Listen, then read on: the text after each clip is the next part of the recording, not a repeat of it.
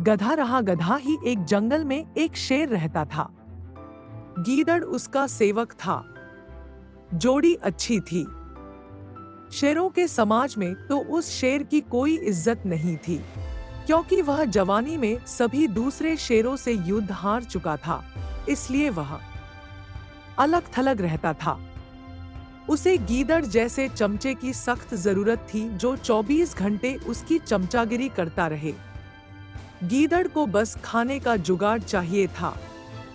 पेट भर जाने पर गीदड़ उस शेर की वीरता के ऐसे गुण गाता कि शेर का सीना फूलकर दुगना चौड़ा हो जाता। एक दिन शेर ने एक बिगड़ैल जंगली सांड का शिकार करने का साहस कर डाला। सांड बहुत शक्तिशाली था। उसने लात मारकर शेर को दूर फेंक दिया। जब वह उठने को हुआ तो सांड ने फांफा करते हुए शेर को सींगों से एक पेड़ के साथ रगड़ दिया। किसी तरह शेर जान बचाकर भागा। शेर सींगों की मार से काफी जख्मी हो गया था। कई दिन बीते, परंतु शेर के जख्म ठीक होने का नाम नहीं ले रहे थे। ऐसी हालत में वह शिकार नहीं कर सकता था। स्वयं शिकार करना गीदड़ के बस का नहीं था। दोनों के भूखों मरने की नौबत आ गई। शेर को यह भी भय था कि खाने का जुगाड़ समाप्त होने के कारण गीदड़ उसका साथ न छोड़ जाए। शेर ने एक दिन उसे सुझाया, देख, जख्मों के कारण मैं दौड़ नहीं सकता।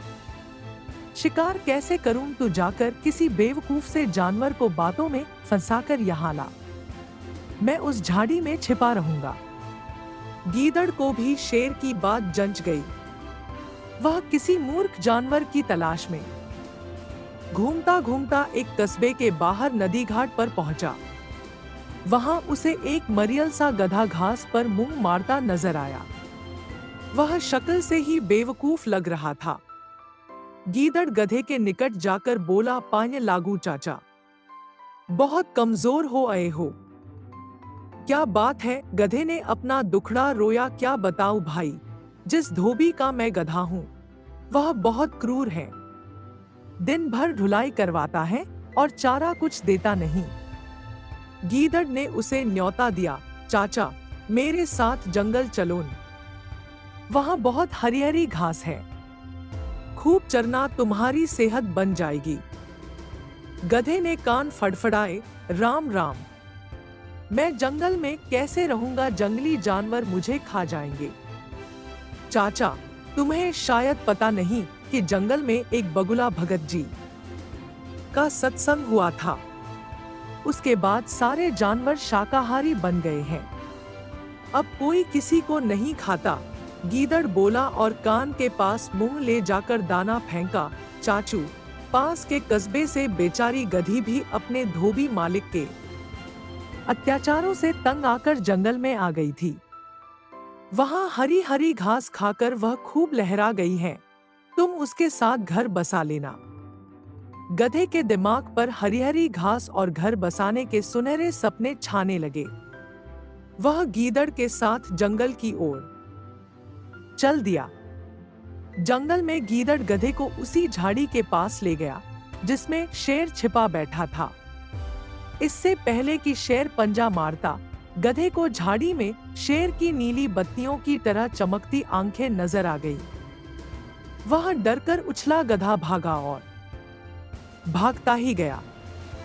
शेर बुझे स्वर में गीदड़ से बोला, भाई इस बार मैं तैयार नहीं था, तुम उसे दोबारा लाओ, इस बार गलती नहीं होगी। गीदड़ दोबारा उस गधे की तलाश में कस्बे में पहुंचा। उसे देखते ही बोला, चाचा तुमने तो मेरी नाक कटवा दी। तुम अपनी दुल्हन से डरकर भाग गए। उस झाड़ी में मुझे दो चमकती आंखें दिखाई दी थी जैसे शेर की होती हैं। मैं भागता न तो क्या करता? गधे ने शिकायत की। गीदड़ झूठ मूठ माथा पीट कर बोला, चाचा ओ चाचा, तुम भी निरे मूर्ख हो। उस झाड़ी में तुम्हारी दुल्हन थी।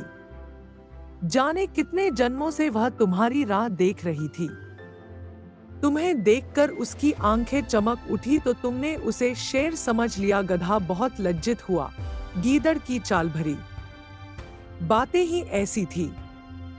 गधा फिर उसके साथ चल पड़ा। जंगल में झाड़ी के पास पहुंचते ही शेर ने नुकीले पंजों से उसे मार गिराया। इस प्रकार शेर व गीदड़ का भोजन जुटा। सीखा दूसरों की चिकनी चुपड़ी बातों में आने की मूर्खता कभी नहीं करनी चाहिए। दोस्तों, आपको ये कहानी कैसी लगी कमेंट में हमें जरूर बताएं। मुझे आशा है कि आपको इस कहानी से बहुत सीख मिली होगी। तो चलिए मिलते हैं अगले वीडियो में, तब तक के लिए जय हिंद।